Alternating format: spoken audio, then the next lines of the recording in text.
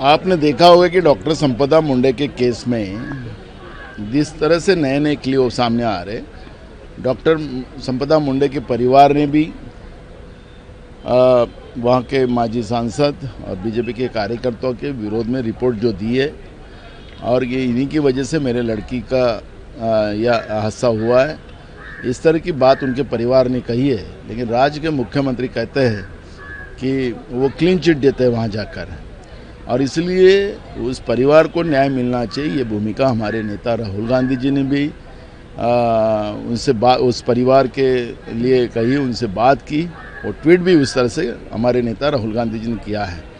लेकिन राज्य की सरकार से अब कोई उम्मीद बची नहीं है, इसलिए हमने सीबीआई की जांच इस केस में हो, और इसलिए देश के प्रधानमंत्री और देश के गृह मंत्री को हमने खत लिखा है। कहीं ना कहीं महाराष्ट्र में लॉ एंड ऑर्डर का राज नहीं रहा है, क्या ऐसा आपको लगता है? बिल्कुल हुआ है। महाराष्ट्र में लॉ एंड ऑर्डर रहा नहीं है। महाराष्ट्र से उद्योग वापस जा रहे हैं। राज्य की स्थिति बहुत बुरी होते जा रही है। बीजेपी की गंदी राजनीति महाराष्ट्र को, पूरे महाराष्ट्र का सफाया कर रही है। यही सब महाराष्ट्र में चल रहा है, और इसलिए अब ये राज्य की सरकार के ऊपर अब जनता का भरोसा रहा नहीं है। ये हाल ही फिलहाल तेजस्वी यादव जी का बयान आया है, उन्होंने कहा है कि अगर बिहार में चुन के आते हैं तो कहीं ना कहीं वक्फ बोर्ड अमेंडमेंट वहाँ पे लागू नहीं किया जाएगा। किस तरह से देखते हैं उनके बयान को? बिल्कुल, हर धर्म के लोगों के लिए सुरक्षा की व्यवस्था हमारे संविधान ने रखी है।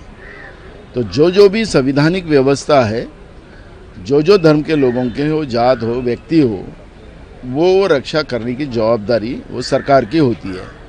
लेकिन बीजेपी नहीं चाहती है। वो ये धर्म का आदमी है तो उसके ऊपर गुस्सा करो, वो धर्म का आदमी है तो उसको प्यार करो। वो किसी से प्यार नहीं है, ना हिंदू से ना मुसलमान से, सिर्फ दिखावा है उनका मुट्ठी भर लोगों से प्यार है, जो देश के जनता को, दुनिया के जनता को पता है। और इसलिए तेजस्वी यादव ने जो कहा है उसमें गलत क्या है? जो संवैधानिक व्यवस्था का पालन करेंगे। मुंबई में बीएमसी की चुनाव है, कहीं ना कहीं कांग्रेस की तरफ से फॉर्म बांटने चालू हो गए, क्या लगता है कांग्रेस अकेले लड़ेगी बीएमसी चुनाव में? देखो, जहाँ हमारे कार्यकर्ता, हमारे नेता वहाँ के जो बात कहेंगे, उस आधार पर निर्णय पार्टी लेंगे।